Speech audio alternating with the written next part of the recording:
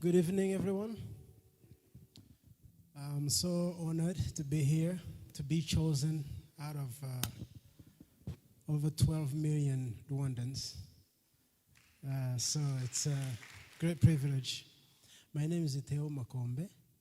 I was born and raised in east side of Rwanda, a place called Rukumberi. So that place was created by government somehow. No, like created. It was a community created by government.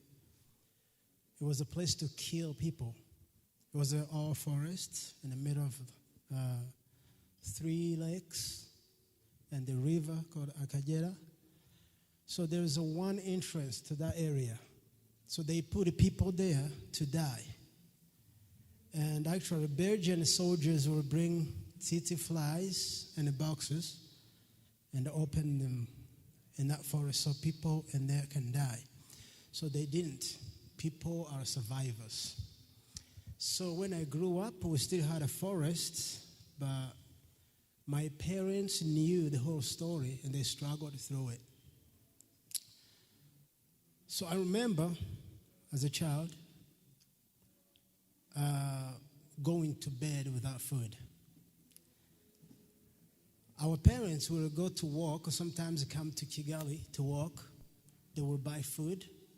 They will bring back home, but on the entrance of that area, they will be ambushed by people sent by government. So they will rob them, sometimes beat them, and our parents will come home without food. So that's how I went to bed hungry. So I had a hero in my life who inspired me the most. That is my mother. She would take us to bed, then give us bedtime story. I guess that's why I get a storytelling. This is the story she repeated over and over. She said, once upon a time, there was a family. There was a mother who had many kids, and there was a famine in the land. And she would put them to bed and tell them a story until they fall asleep. In the morning, when the kids woke up, the parents were gone because they could not stand to see their kids dying. And when we woke up, they were gone every time. Not necessarily because they thought we were going to die, but because they had to look around to find something for us to eat. I never knew what was going on until 4 years ago.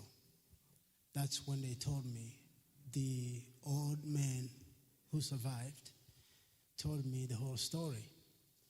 So that is no part of the book.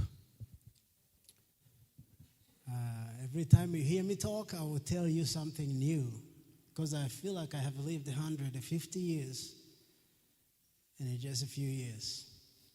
So the plan for the government, evil government we had, was to kill us all. So 1994 came and the genocide began. You know, I told you my hero was my hero since I was a kid. And I was determined to protect her with all my strength. And I promised her I was going to do that. So during genocide, it was really tough. We ran in a group, sometimes just one person apart from other people. But I would not leave my mother.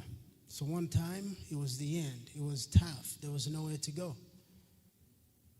So as we were running, we were surrounded by military from all over. Rwanda, Burundi, French soldiers was around. The UN soldiers were there to help to kill, not just to protect. It's really amazing what we have seen with our own eyes. So finally, I was standing with my mother. She tried to enter the house where the women and the children were going to die together. I put her out. I say, you cannot die. I told you I will protect you. So she obeyed me. I wish she didn't, but she came with me. A few meters, maybe 100 meters away from that house, we were surrounded by hundreds. So I closed my eyes so I don't see me dying. While I had my eyes closed, my mother woke me and said, listen, I need you to do something for me. I need you to run. See, we were surrounded. That's why we stopped. I said, where do I go? She said, I don't care. Never stop running, because I see life in you and you will survive. When she told me that, it's as if she attached an engine to my legs and I took off running.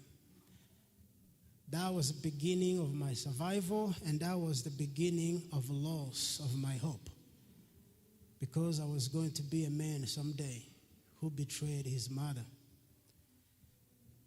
Because that's the guilt I carried for the next 6 years.